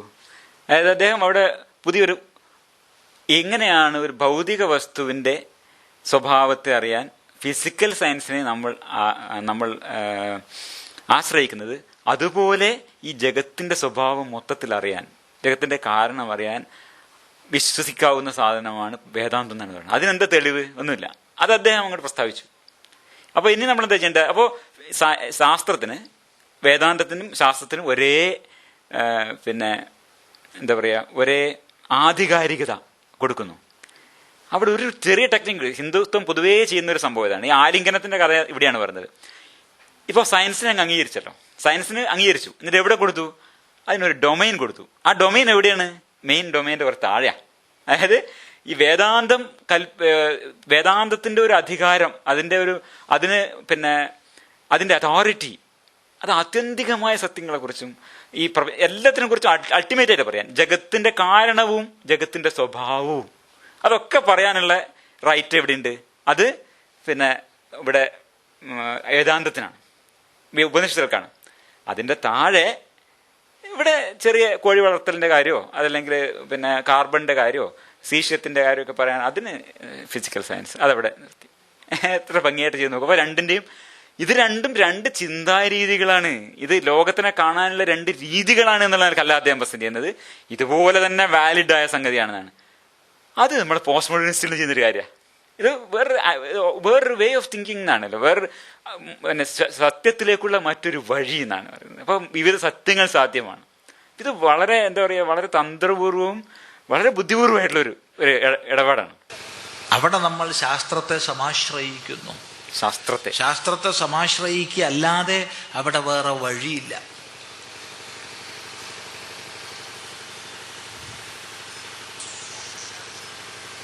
വേറൊരു വഴിയില്ല. അവിടെ ശാസ്ത്രം വേദാന്ത ശാസ്ത്രമാണ്. അവിടെ പ്രമാണം വേദാന്ത പ്രമാണമാണ്. ഈ വേദാന്ത പ്രമാണത്തെ ആശ്രയിക്കുക, അല്ലാതെ അവിടെ വഴിയില്ല. ഇത് അനാദികാലമായി ഋഷീശ്വരന്മാര്, സ്വാനുഭൂതി സമ്പന്നന്മാരായ ഋഷീശ്വരന്മാര് തലമുറകൾക്ക് പകർന്നു നൽകി ഇതാ ഇന്നോളം എത്തി നിൽക്കുന്നതാ. വളരെ വളരെ ശ്രദ്ധിക്കേണ്ട കുറേ കാര്യങ്ങൾ അതിൽ പറയുന്നുണ്ട്. ഒന്നാമത് ശാസ്ത്രം എന്നുള്ള വാക്ക് അത് നമുക്ക് പറ്റുന്ന വലിയൊരു സംഭവമാണ്. ശാസ്ത്രം എന്ന സയൻസിന് പകരം പ്രയോഗിക്കുന്നുണ്ട്. ഒന്നാം തലമുറയിൽപ്പെട്ട യുക്തിചിന്തയിൽ പലരും സയൻസിനെ എഴുതാറുള്ളൂ. MC ജോസഫിന്റെ ഒക്കെ എഴുതി വായിച്ചതിന് മുമ്പ് ശാസ്ത്രം എന്നുള്ള വാക്ക് എഴുതി പ്രയോഗിച്ച് കാണാറില്ല. സയൻസ് എന്നാണ് പറയാം. സായൻസികമായ ചിന്താരീതി എന്നാണ് അദ്ദേഹം പ്രയോഗിച്ചിട്ടുള്ള പലരും. സയൻസികം ഇന്ത്യയിലേക്കൊക്കെ കാണാം. സയൻസ് എന്ന് പറയുന്ന ഇംഗ്ലീഷ് ശാസ്ത്രവിദ്യ എന്നാണ് പറയാം. ഇത് പിന്നെ എനിക്ക് തോന്നുന്നത് ഞങ്ങളുടെയൊക്കെ കുട്ടിക്കാലത്തൊക്കെയാണ് ഈ NV കൃഷ്ണവാര്യരൊക്കെയാണെന്ന് തോന്നുന്നു സയൻസ് തന്നെ ശാസ്ത്രം എന്നാക്കി ട്രാൻസ്ലേറ്റ് ചെയ്ത് അങ്ങനെ ശാസ്ത്രം എന്നുള്ള വാക്ക് നമ്മൾ ഇതും വളരെ ഭംഗിയായിട്ട് അവിടെ ഉപയോഗപ്പെടുന്നുണ്ട്. അപ്പോൾ രണ്ടിനും ഒരേ ആധികാരികത അവിടെ കിട്ടിക്കഴിഞ്ഞു. ഇതും ഒരു ശാസ്ത്രം, ഇതും ഒരു ശാസ്ത്രം. വേദാന്ത ശാസ്ത്രം മറ്റേ ശാസ്ത്രത്തെ പോലെ തന്നെ നമുക്ക് ആധികാരികത അവിടെ കിട്ടുന്നുണ്ട്. അവിടെ വാസ്തവത്തിൽ ശാസ്ത്രം എന്നതിൻ്റെ അർത്ഥം ശാസിക്കപ്പെട്ടത് എന്നുള്ളതാണ്. ശാസിതമെന്തോ അതാണ് ശാസ്ത്രം. ആ അർത്ഥത്തിലാണ് ശാസ്ത്രം എന്ന് പറയുന്നത്. ഗൗളി ശാസ്ത്രം എന്നൊക്കെ പറഞ്ഞ പോലെ. അപ്പോൾ ഇദ്ദേഹം പറഞ്ഞിട്ടില്ലേ, എന്താണ് അതിൻ്റെ അതോറിറ്റി? അനാദികാലം മുതൽ സ്വാനുഭൂതി സമ്പന്നരായ ഋഷീശ്വരന്മാർ. അപ്പോൾ എവിടെയാണ് അതോറിറ്റി? അവരുടെ അനുഭൂതിയിലാണ്. ആരണ്യാന്തര ഗഹുരോദര തപോസ്ഥാനങ്ങളിൽ സൈന്ധവോദാര ശ്യാമ മനോഭിരാമ പുളിനോ അന്തപ്രദേശങ്ങളിൽ ആരന്തർമുഖം ഈ പ്രപഞ്ച പരിണാമോദ്ഭൂത സർഗക്രിയാസാരം തേടി അലഞ്ഞു പണ്ട് അവരിലെ ചൈതന്യമെൻ ദർശനം എന്ന് ഇടതുപക്ഷ കവി എഴുതിയിട്ടുണ്ട് കേരളത്തിൽ. അപ്പൊ ഇങ്ങനെയാണ് ഇത് വളരെ കൃത്യമായി ഇതൊരു ഇതൊരു അന്വേഷണ രീതിയാണ് എന്ന ധാരണ ഇവിടെ ക്രിയേറ്റ് ചെയ്യപ്പെട്ടിട്ടുണ്ട്. ഇത് സാധുവായ ഒരു അന്വേഷണ രീതിയാണ് എന്നുള്ളത്. ഇതിനെയാണ് നമ്മൾ എൻലൈറ്റ്മെന്റ് സ്റ്റൈൽ ക്രിട്ടിക്കിന് വിധേയമാക്കേണ്ടത്. നിങ്ങളുടെ രീതി ശരിയല്ല, ഇത് യഥാർത്ഥ ജ്ഞാനത്തിനുള്ള വഴിയല്ല എന്ന് നമ്മൾ പറയേണ്ടതുണ്ട്. അതാണ് ഇടതുപക്ഷം ചെയ്യാത്തത്. ഇവിടെ നമ്മൾ കാണാം. അപ്പൊ ഇതിന്റെ അൾട്ടിമേറ്റ് അതോറിറ്റി എന്താണെന്ന് ഉദ്ദേശിക്കുന്നത്? നമ്മളൊന്നും പറഞ്ഞിട്ട് കാര്യമില്ല. കാരണം അത് ഓൾറെഡി ഋഷിമാർ, അതും ഭയങ്കര രസമാണ് കേട്ടില്ല. ഏത് ഋഷി ഇത് 3000 കൊല്ലം മുമ്പാണ് ഈ ഉപനിഷത്തുകൾ വരുന്നത്. അതിലെ ഋഷിമാർ പോലും പറയുന്നത് ഞങ്ങൾക്ക് പൂർവികരായവർ പറഞ്ഞു കേട്ടിട്ടുണ്ട് എന്നാണ്. ഇങ്ങനെ ഈ പറഞ്ഞതൊക്കെ അവർ പറഞ്ഞു കേട്ടിട്ടുള്ളതാണ്. അപ്പൊ ഇത് ആരുടെ അനുഭൂതിയാണ്? ഏതായാലും ഒരു 3000 കൊല്ലത്തിന് പിന്നോട്ടുള്ള ആരുടെയോ വ്യക്തി അനുഭൂതിയിൽ നിന്ന് സ്വാനുഭൂതി സമ്പന്നത, അതാണ് വാക്ക് പ്രയോഗിച്ചിട്ടുണ്ടല്ലേ. അവരുടെ സ്വാനുഭൂതിയാണ്, അവരുടെ അനുഭൂതിയാണ് ഇതിന്റെ അതോറിറ്റി. ഒരു 4000 കൊല്ലം മുമ്പോ 5000 കൊല്ലം മുമ്പോ ജീവിച്ചിരുന്ന ചിലരുടെ സ്വാനുഭൂതിയാണ് ഇതിന്റെ അതോറിറ്റി എന്നാണ് വരുന്നത്. അതിന് അതോറിറ്റി സ്വീകരിക്കാൻ പറ്റില്ല എന്നുള്ളതാണ് എൻലൈറ്റ്മെന്റ് ഒരു ഇത്. അതുകൊണ്ടാണ് പറയുന്നത് ആധുനികതക്ക് ജ്ഞാനോദയ അനന്തര ചിന്തക്ക് ഈ വേദത്തിന്റെ ചിന്താരീതി സ്വീകാര്യമല്ല എന്ന് പറയുന്നത് ഇതുകൊണ്ടാണ്. കാരണം കൃത്യമായും ഈ സ്വാനുഭൂതി സമ്പന്നത പോരാ അതോറിറ്റി ആയിട്ട് എന്നുള്ളതാണ്. അപ്പോ പ്രത്യക്ഷം കൊണ്ടും യുക്തി കൊണ്ടും അറിയാൻ കഴിയാത്തതിനെ അറിയാനൊരു പ്രമാണമുണ്ട്, അത് ശാസ്ത്രമാണ്. ആ ശാസ്ത്രമാകട്ടെ അനാദികാലമായി സ്വാനുഭൂതി സമ്പന്നന്മാരായ ആചാര്യന്മാര് പരമ്പരയാ പ്രവർത്തിപ്പിച്ചു പോന്നതാണ്. ഈ പരമ്പരയാ പ്രവർത്തിപ്പിച്ചു പോരുന്ന ഈ ശാസ്ത്രങ്ങൾ, ശാസിതമായ സാധനങ്ങൾ അത് സ്വീകാര്യമല്ല. ഇതാണ് എൻലൈറ്റ്മെന്റ് ചെയ്ത കാര്യം. ഇതാണ് ഇംഗ്ലണ്ട് വഴുന്ന് കപ്പൽ കയറി ഇവിടെ വന്ന സാധനം. ഇതാണ് ഇവിടെ പ്രവർത്തിപ്പിക്കാൻ സമ്മതിക്കാഞ്ഞത്. ഇത് പ്രവർത്തിപ്പിക്കാനായി ഈ ഒരു പുതിയ ന്യൂ കൈൻഡ് ഓഫ് റീസണിങ്, ചിന്താരീതിയുടെ മാറ്റം ഇതിവിടെ നടത്താനാണ് സമ്മതിക്കാതിരുന്നത്. അത് വളരെ വിജയകരമായ ഒരു പ്രൊജക്റ്റായിട്ട് അവർ അതിനെ സ്റ്റാൾ ചെയ്യാൻ സാധിക്കും. ഇതിനെ മുന്നോട്ട് കൊണ്ടുപോകുക എന്നുള്ളതാണ് ഇടതുപക്ഷം ചെയ്യേണ്ടത്. പ്രൊജക്ട് ഓഫ് എൻലൈറ്റ്മെന്റ് എന്തായിരുന്നു? അവിടെ ഇതുപോലുള്ള വിശ്വാസങ്ങളൊക്കെ തന്നെയാണ്. അവിടെ വേറെ ഒരു തരമതല്ല, ഇതേ തരത്തിലുള്ള ഹോളിസ്റ്റിക് ആയ ധാരണകളൊക്കെ തന്നെയാണ് പാശ്ചാത്യ സമൂഹങ്ങളിൽ ഉണ്ടായിരുന്നത്. അതിന് റിവോൾട്ട് അഗൈൻസ്റ്റ് സൂപ്പർസ്റ്റിഷൻ എന്നാണ് എൻലൈറ്റ്മെന്റിന്റെ ഒരു വിശേഷണം തന്നെ.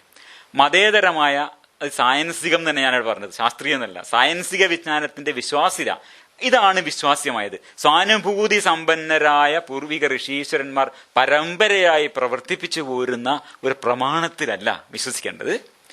മതേതരമായ സായൻസികമായ വിജ്ഞാനത്തിന്, അതിനാണ് വിശ്വാസ്യത എന്നുള്ള ബോധ്യത്താൽ പാരമ്പര്യസിദ്ധമായ ഏതൊരു പ്രമാണവും ചോദ്യം ചെയ്യപ്പെടാം എന്നായി എവിടെ? പാശ്ചാത്യ സമൂഹത്തിൽ. ഇത് ഇന്ത്യയിൽ നടന്നിട്ടില്ല. ഇതാണ് ഇന്ത്യ നടത്തേണ്ടത്. ഇതാണ് ഇടതുപക്ഷം ചെയ്യേണ്ട കാര്യം. നിരീക്ഷണവും അതിനെ അടിസ്ഥാനപ്പെടുത്തിയ യുക്തിധിഷ്ഠിതമായ ചിന്തനവും എന്നതായി പുതിയ ചിന്താരീതി. ഇതൊക്കെ 100% പെർഫെക്റ്റ് എന്നല്ല പറയുന്നത്, വലിയൊരു അളവോളം. മാറാത്ത മതശാസ്ത്രങ്ങളുടെ അളവുകൾക്കനുസരിച്ച് പ്രകൃതി സമൂഹ യാഥാർത്ഥ്യങ്ങളെ മുറിച്ചൊപ്പിച്ച് വ്യാഖ്യാനിക്കുക എന്ന പഴയ രീതി പോയി പകരം വസ്തുനിഷ്ഠ നിരീക്ഷണങ്ങളിൽ നിന്ന് താൽക്കാലികവും തിരുത്തപ്പെടാവുന്നതുമായ പൊതു നിയമങ്ങളിലേക്ക് എത്തുന്ന സയൻസിന്റെ രീതി മാത്രമാണ് സാധുവായ അറിവിനുള്ള വഴി. എന്തിനെ കുറിച്ച്? ഈ ജഗത്തിനെ കുറിച്ച്. ഈ ജഗത്തിനെ കുറിച്ചാണല്ലോ പറയുന്നത്. ഈ ജഗത്തിന്റെ സ്വഭാവത്തെക്കുറിച്ച്, ഈ ജഗത്തിന്റെ ഉത്ഭവത്തെക്കുറിച്ച് അറിയാനുള്ള വഴി സ്വാനുഭൂതി സമ്പന്നരായ ഋഷീശ്വരന്മാർ പരമ്പരയായി പ്രവർത്തിപ്പിച്ചു പോരുന്നത് എന്താണോ ആ വേദാന്ത ശാസനം ഒന്നുമല്ല.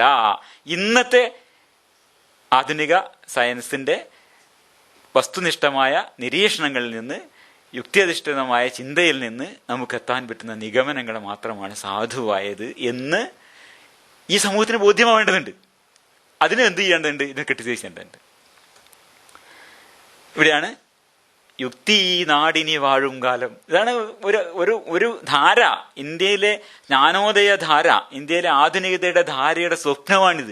യുക്തി ഈ നാടിനി വാഴും കാലം, മർത്യർ സ്വതന്ത്രരായി തീരും കാലം, ആപ്തരോ വേദമോ കീഴ്നടപ്പോ മാത്രം പ്രമാണമായിടാ കാലം. ഇത് കൃത്യമായി ഏതാണ് പ്രമാണം? ആപ്തരും വേദവും പറഞ്ഞതാണ് പ്രമാണം എന്നാണ് നമ്മൾ പറയുന്നത്. ചാന്തൂരി പറയുന്നതാണ്.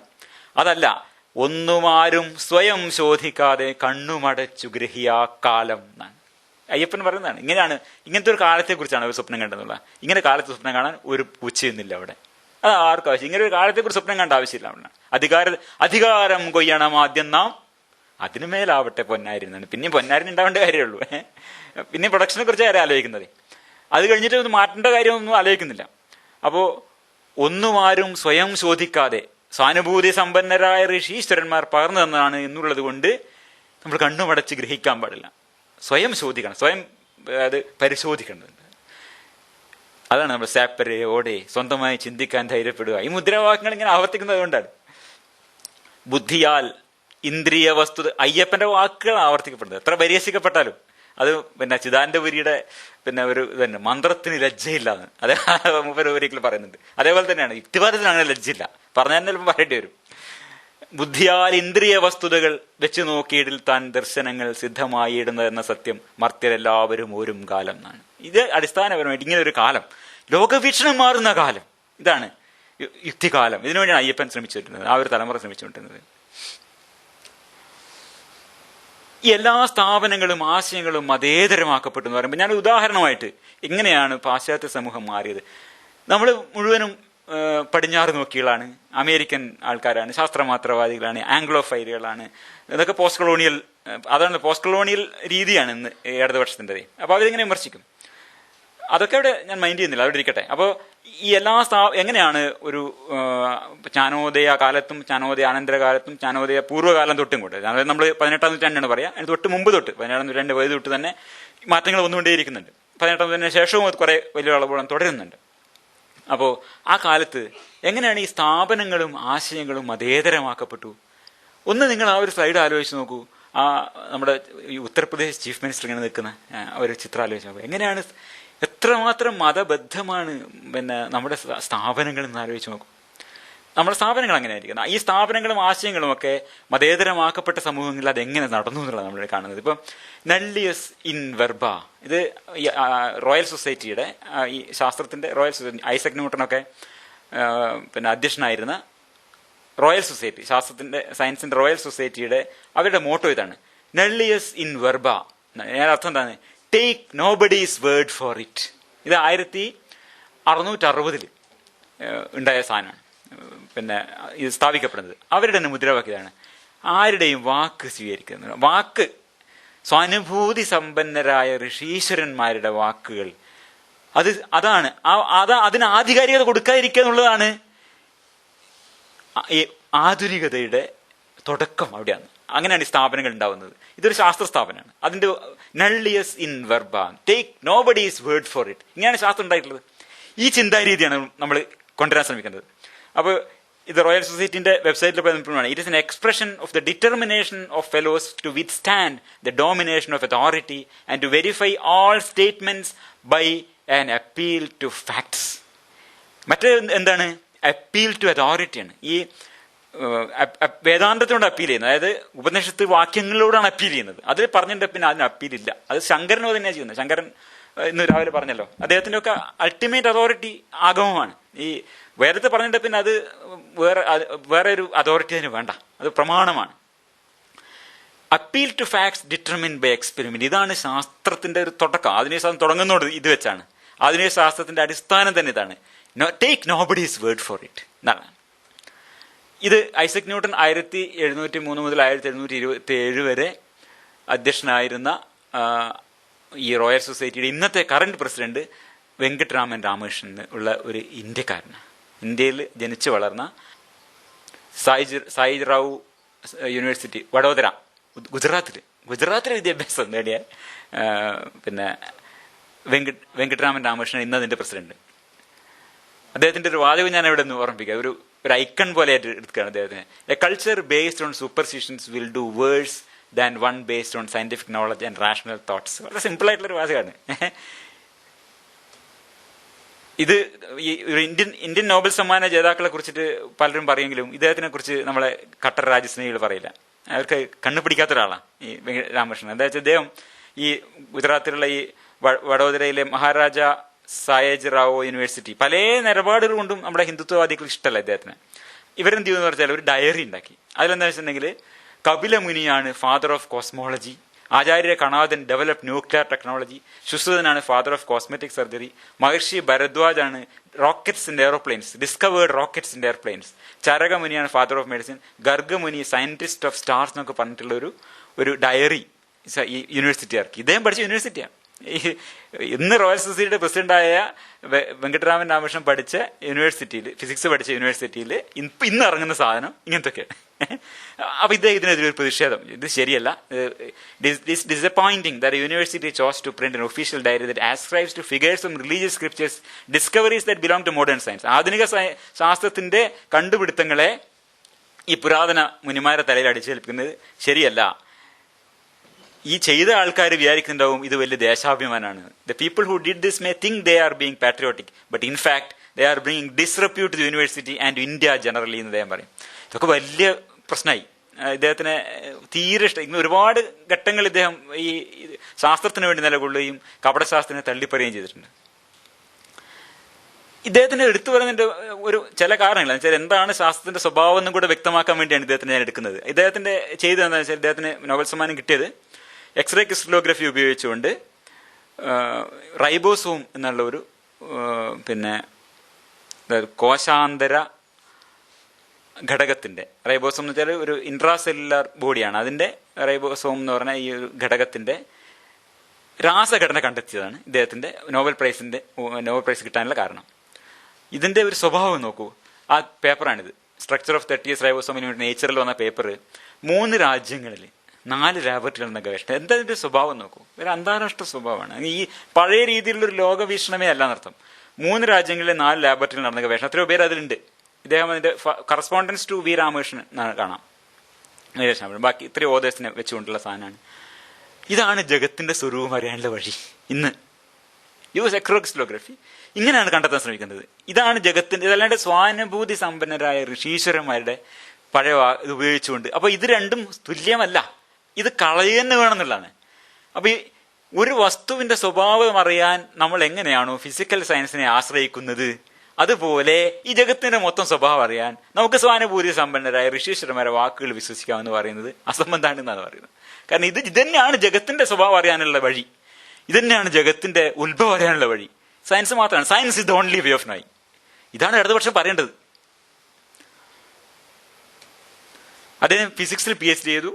ഗവേഷണം ചെയ്തത് ജീവശാസ്ത്രത്തിലാണ്. നോബൽ സമ്മാനം കിട്ടിയത് കെമിസ്ട്രിയിലാണ്.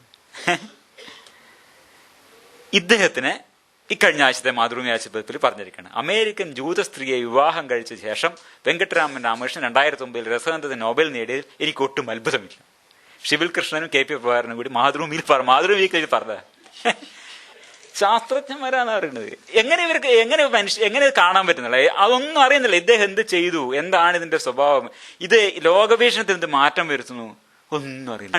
ഇതാണ് കേരളത്തിന്റെ ഒരു ബൗദ്ധിക മണ്ഡലത്തിൽ ഇന്നത്തെ സ്വഭാവം എന്നുള്ളതാണ്. വെങ്കട്ടരാമൻ രാമകൃഷ്ണൻ എന്നുള്ള ആളെ കുറിച്ചിട്ട് പറയാൻ നമുക്ക് മലയാളിക്ക് പറയാനുള്ള സാധനം ഇതാണ്. അയാളുടെ ജൂത സ്ത്രീയെ വിവാഹം കഴിച്ചു, അങ്ങനെയാണ് ഈ നോബൽ സമ്മാനം കിട്ടിയത്. അപ്പൊ ഇതിന്റെ ഒരു സ്വഭാവം എന്ന് പറഞ്ഞാൽ ഇതിനൊരു പബ്ലിക് ക്യാരക്ടർ ഉണ്ട്. ഇത് ഞാൻ മുമ്പിൽ തന്നെ പറഞ്ഞിട്ടാണ്. അതായത് സായൻസിക രീതിയുടെ ഒരു സാമൂഹ്യ സ്വഭാവമുണ്ട്, ഒരു പൊതു സ്വഭാവമുണ്ട്. അതുകൊണ്ടാണ് ഇതിന്റെ ഒബ്ജക്ടിവിറ്റി ഉണ്ടാവുന്നത്. നമ്മൾ കണ്ടു എങ്ങനെയാണ് സയൻസിന് അതിനൊരു പൊതു സ്വഭാവമുണ്ട്. ഞാൻ കാണിച്ചതല്ലോ, 3 രാജ്യങ്ങളിലെ 4 ലാബോറട്ടറികളിൽ ആണ് ഈ പരീക്ഷണം നടക്കുന്നത് പറഞ്ഞു. ഒരു പരീക്ഷണം കുറിച്ചാണ് 3 രാജ്യങ്ങളിൽ. അപ്പോൾ എത്രയോ ആൾക്കാർ ഇതിന്റെ ഓരോ രംഗത്തും ഇത് അല്ലാണ്ട് ഒരാൾ സ്വാനുഭൂതി കൊണ്ടല്ല, ഒരാൾ അയാളുടെ അഭിപ്രായം കൊണ്ട് പറയല്ല. ഇതിനൊരു പൊതു സ്വഭാവമുണ്ട്. സയൻസിന് അതിനൊരു സാമൂഹ്യ സ്വഭാവമുണ്ട്. It's called the social or the public character of the scientific method. ഒന്നുകൂടി ആലോചിക്കണം, ഒന്നിച്ചു പോകണം. നമ്മൾ സിദ്ധാന്തവിയുടെ വാക്കുകൾ ഞാനും പറഞ്ഞു പോകുന്നുണ്ട് പലപ്പോഴും. മൂപ്പര് ഇങ്ങനെ പറയാം, നമ്മൾ ഒന്നിച്ചു പോകണം. അപ്പോൾ ഇത് പറഞ്ഞു വരുന്നത് എന്താ വെച്ചാൽ, എന്ത് കോണ്ടെക്സ്റ്റിലാണ് നമ്മൾ ഇതൊക്കെ പറയുന്നത്? എങ്ങനെയാണ് ഈ ഔപനിഷദികമായ ജ്ഞാനമാർഗം, ജ്ഞാനോദയാനന്തര ശാസ്ത്രീയ സായൻസിക ചിന്താരീതിയിൽ നിന്ന് ജ്ഞാനമാർഗത്തിൽ നിന്ന് വ്യത്യസ്തമായിരിക്കുന്നത്? എന്താണ് ഇതിന്റെ സ്വഭാവം? എങ്ങനെയാണ് മറ്റവരുടെ ഇതിൽ നിന്ന് വ്യത്യസ്തമായിരിക്കുന്നത് പറയാനാണ് ഞാൻ ശ്രമിക്കുന്നത്. അപ്പൊ ഈ സയൻസിന്റെ ഒരു social or public character of the scientific method, ശാസ്ത്രത്തിന്റെ ജ്ഞാനമാർഗത്തിന് it is a social or public character എന്നാണ്. എന്റെ സായൻസിക രീതിക്ക് ഒരു സാമൂഹ്യ സ്വഭാവം അല്ലെങ്കിൽ പൊതു സ്വഭാവമുണ്ട്. അതിൽ നിന്നാണ് എന്തുണ്ടാവുന്നത്? ശാസ്ത്രത്തിന് വസ്തുനിഷ്ഠത ഉണ്ടാവുന്നത്, ഒബ്ജക്ടിവിറ്റി ഉണ്ടാവുന്നത്. അല്ല ഒരു ശാസ്ത്രജ്ഞന്റെ ഗുണം കൊണ്ടല്ല, അയാളുടെ സത്യസന്ധത കൊണ്ടല്ല. ഇതെവിടുന്നാണ് വരുന്നത്? അവിടുന്നാണ് ഈ നള്ളിയസ് ഇൻ വെർബ എന്ന് പറയുന്നത്. ഒരാൾ പറഞ്ഞതുകൊണ്ട് പറ്റില്ല, അത് it is A public character ഉണ്ട്. അതുകൊണ്ട് എന്താണ്? We take nobody's word for it. ഇതാണ് റിച്ചാർഡ് ഫെയ്ൻമാൻ പറഞ്ഞത്. It doesn't matter how beautiful your theory is. നിങ്ങൾക്ക് സ്വാനുഭൂതി സമ്പന്നമാണ്, നിങ്ങൾ ഭയങ്കര മനോഹരമാണ് പറഞ്ഞ ഒരു കാര്യമില്ല. It doesn't matter how smart you are, നിങ്ങൾ എത്ര വലിയ ഋഷിയാണ് പറഞ്ഞ കാര്യമൊന്നുമില്ല. If it doesn't agree with experiment it is wrong. അതേ ഉള്ളൂ, വേറെ ഒന്നുമില്ല അതിൽ. നിങ്ങൾ പരീക്ഷണം നടത്തിയത് ശരിയല്ല. നിരീക്ഷണം, എക്സ്പെരിമെന്റ് എന്ന് പറഞ്ഞാൽ എന്താണ്? നിരീക്ഷണം. നിങ്ങൾ എന്ത് ചിന്ത നടത്തിയിട്ടും കാര്യമൊന്നുമില്ല, അത് നിരീക്ഷണത്തിൽ പരാജയപ്പെട്ടാൽ ഇറ്റ് ഈസ് റോങ്, തെറ്റാണ്. ഇതാണ് എന്തിന്റെ? സയൻസിന്റെ ക്യാരക്ടർ, പബ്ലിക് ക്യാരക്ടർ. അത് വേറൊരാൾ പരീക്ഷിച്ച് നോക്കും. ഇത് സയൻസിലും ശാസ്ത്രത്തിലും സാമൂഹ്യ ശാസ്ത്രത്തിലും ഒക്കെ ബാധക. നിങ്ങളെല്ലാം വൈരുദ്ധ്യാത്മകമാണ്, ഒരു വളരെ വലിയ തിയറി ഒന്നും പറഞ്ഞിട്ട് കാര്യമൊന്നുമില്ല. ഇതിങ്ങനെ ഈ വൈരുദ്ധ്യാത്മകത്തിന്റെ നിയമങ്ങൾ അനുസരിച്ചാണ് ചെയ്യുന്നത്, ഇത് കണ്ടില്ലേ അത് കണ്ടില്ലേ എന്ന് പറഞ്ഞിട്ട് കാര്യമൊന്നുമില്ല. കാരണം ഇൻ പ്രാക്ടീസ് ഇത് ബാക്കിയുള്ളവർ നിരീക്ഷിക്കുമ്പോൾ അങ്ങനെയല്ല കാണുന്നത്. നിങ്ങളുടെ മനസ്സിൽ നന്നായിട്ട് കാര്യമില്ല. സയൻസിക രീതിയുടെ സാമൂഹ്യ സ്വഭാവം ഇങ്ങനെ പല മണ്ഡലങ്ങളിൽ ഈ ലെൻസുകൾ പ്രവർത്തിക്കുന്നുണ്ടെന്നുള്ള. ഒരു ലെൻസ് വെച്ച് വേറൊരാളുടെ വർക്കം പരീക്ഷിക്കുന്നു, ഇവിടെ ഈ ലെൻസ് വെച്ച് വേറൊരാൾ പരീക്ഷിക്കുന്നു. ഇങ്ങനെ വിവിധ മണ്ഡലങ്ങളിൽ ഇത് പരീക്ഷിക്കപ്പെടുന്നുണ്ട്.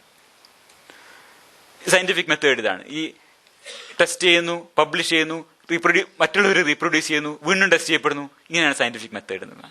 ഇതിനൊരു കാർട്ടൂണിൽ കാണിച്ചാണ്. ഒരു പേപ്പർ കൊണ്ട് പോകുമ്പോൾ ഇവിടെ ഇങ്ങനെ എല്ലാവരും ഇതിനെ തകർക്കാനാണ് ശ്രമിക്കുന്നത്. അല്ലാണ്ട് എല്ലാവരും മഹാൻ എല്ലാവരും പറഞ്ഞ് ഇങ്ങനെ പുകഴ്ത്താൻ നോക്കല്ല. നമ്മളെ വേദാന്തത്തിന്റെ രീതി എന്താണ്? ഇത് സ്വാനുഭൂതി സമ്പന്നരായ അദ്ദേഹത്തിന്റെ മുഖത്തെ ഒരു എക്സ്പ്രഷൻ കണ്ടില്ല, എന്തൊരു ഒരു സന്തോഷം നോക്കുക. ഇങ്ങനെ പറയുമ്പോൾ ഒരു വികാരം കൊള്ളുന്നതാണ്. അതിങ്ങനെ സ്വാനുഭൂതി സമ്പന്നരായ ഋഷീശ്വരന്മാർ പരമ്പരയായി പ്രവർത്തിപ്പിച്ചു പോരുന്നത് ഇതിനെ ഉയർത്തിയെടുക്കാനാണ്. ശാസ്ത്രത്തിന്റെ രീതിയല്ല, തല്ലിപ്പൊളിക്കാനാണ്. ഓരോ സിദ്ധാന്തത്തിനെയും എങ്ങനെ തകർക്കാൻ പറ്റുന്നതാണ് നോക്കുന്നത്. ഇങ്ങനെ ഫോൾസിഫിക്കേഷന് വിധേയമായി ഇവിടെ എത്തുന്നത്, ഫോൾസിഫൈ ചെയ്യാൻ പറ്റാതെ ഇവിടെ എത്തിയാൽ മാത്രമാണ് എന്ത് ചെയ്യപ്പെടുന്നുള്ളത്? ആക്സെപ്റ്റഡ് ആവുന്നുള്ളൂ. ഇതാണ് ശാസ്ത്രത്തിന്റെ രീതി, പൊക്കലല്ലാതെ അർത്ഥം. അപ്പൊ ഇതാണ് പബ്ലിക് ക്യാരക്ടർ, ഇതാണ് ജ്ഞാനമാർഗത്തിലുള്ള വ്യത്യാസം. ഇതുകൊണ്ടാണ് നമുക്ക് പോസ്റ്റ് എൻലൈറ്റൻമെന്റ് റീസണിങ്ങും ഈ ഔപനിഷദിക ചിന്താരീതിയും തമ്മിൽ വ്യത്യസ്തമായിരിക്കുന്നത്. ഇത് നമുക്ക് സ്വീകാര്യമല്ലാതാവുന്നത്. നിവൃത്തി മാർഗം എന്ന് പറഞ്ഞിട്ട് സച്ചിദാനന്ദനെ കൊണ്ടാടുമ്പോൾ അദ്ദേഹത്തിന് ഇല്ലാതെ പോകുന്നത് ആധുനിക ലോകവീക്ഷണമാണ് എന്നാണ് ഞാൻ പറയുന്നത്. പീർ റിവ്യൂ എന്നുള്ളതാണ്. അതായത് ഒരു പരീക്ഷണം ഒരാൾ ചെയ്താൽ അത് വീണ്ടും റിപ്പീറ്റ് ചെയ്തുകൊണ്ടാണ്, മറ്റൊരാളെ റിപ്പീറ്റ് ചെയ്യുന്നില്ലാണ് അത് നടക്കുന്നത്. പീർ റിവ്യൂ എന്ന് പറയുന്നത് ഫ്രീ ക്രിറ്റിസിസം, എല്ലാം ക്രിറ്റിസൈസ് ചെയ്യപ്പെടുന്നുണ്ട്. 2 ഘടകങ്ങളാണ് അതിന്. അതുപോലെ തന്നെ പൊതു സ്വഭാവമുള്ള അനുഭവം, അതായത് പരീക്ഷണ നിരീക്ഷണങ്ങൾ, അതാണ് വിവാദങ്ങളുടെ തീർപ്പിന് ആധാരം. നേരത്തെ ഫെയ്ൻമാൻ പറഞ്ഞ വാചകമാണ്. If it doesn't agree with experiment, നിങ്ങൾ എത്ര മഹാനായിട്ടും കാര്യമില്ല. It doesn't agree with experiment, it is gone. അപ്പൊ ഇതിന്റെ ജഗത്തിന്റെ സ്വരൂപവും കാരണവും അറിയാനുള്ള ഭാരതീയ ജ്ഞാനമാർഗം എന്താണ് നമുക്ക് നോക്കാം. എങ്ങനെയാണ് ഈ പറഞ്ഞ ഈ പ്രമാണം, അതായത് വേദാന്ത ശാസ്ത്രം എന്നല്ലേ, വേദാന്ത ശാസ്ത്രപ്രകാരമുള്ള പ്രമാണം എങ്ങനെ നമുക്ക് അഭ്യസിക്കാം, അത് നോക്കണം. ഭഗവാൻ ഗീതയിൽ നമ്മളോട് പറഞ്ഞു തന്നു, തദ്വിദ്ധി പ്രണിപാതേന പരിപ്രശ്നേന സേവയാ. പ്രണിപാതം കൊണ്ടും പരിപ്രശ്നം കൊണ്ടും സേവ കൊണ്ടും നീ അതിനെ മനസ്സിലാക്കിക്കോളൂ എന്ന്.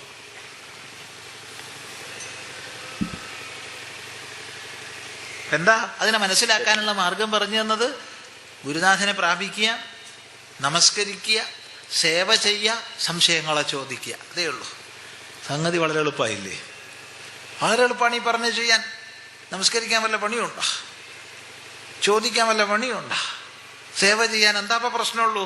അപ്പം നീ ഗുരുനാഥനെ പ്രാപിച്ച് സേവ ചെയ്തോളൂ, നമസ്കരിച്ചോളൂ, സംശയം ചോദിച്ചോളൂ, കഴിഞ്ഞു, പ്രശ്നം കഴിഞ്ഞു. പോരാ, അത് സ്ഥൂല സാധനകളാണ്. അവിടെയൊക്കെ കാപട്യം സാധിക്കും. ജിജ്ഞാസ ഇല്ലാതെയും ചോദ്യം ചെയ്യാം, പരിപൂർണ സമർപ്പണ ഭാവം ഇല്ലാതെയും നമസ്കരിക്കാം. ഇല്ലേ? ആരെ നമസ്കരിക്കുന്നു? അവര് കുറച്ച് പ്രസിദ്ധന്മാരൊക്കെ ആണെങ്കിൽ അവനെയൊക്കെ ഞാൻ നമസ്കരിച്ചിട്ടുണ്ടെന്ന് ഫോട്ടോ ഫ്രെയിം ചെയ്ത് വെക്കാൻ വേണ്ടിയെങ്കിലും നമസ്കരിക്കാം. അതെ, അങ്ങനെയൊക്കെ ഉണ്ട്.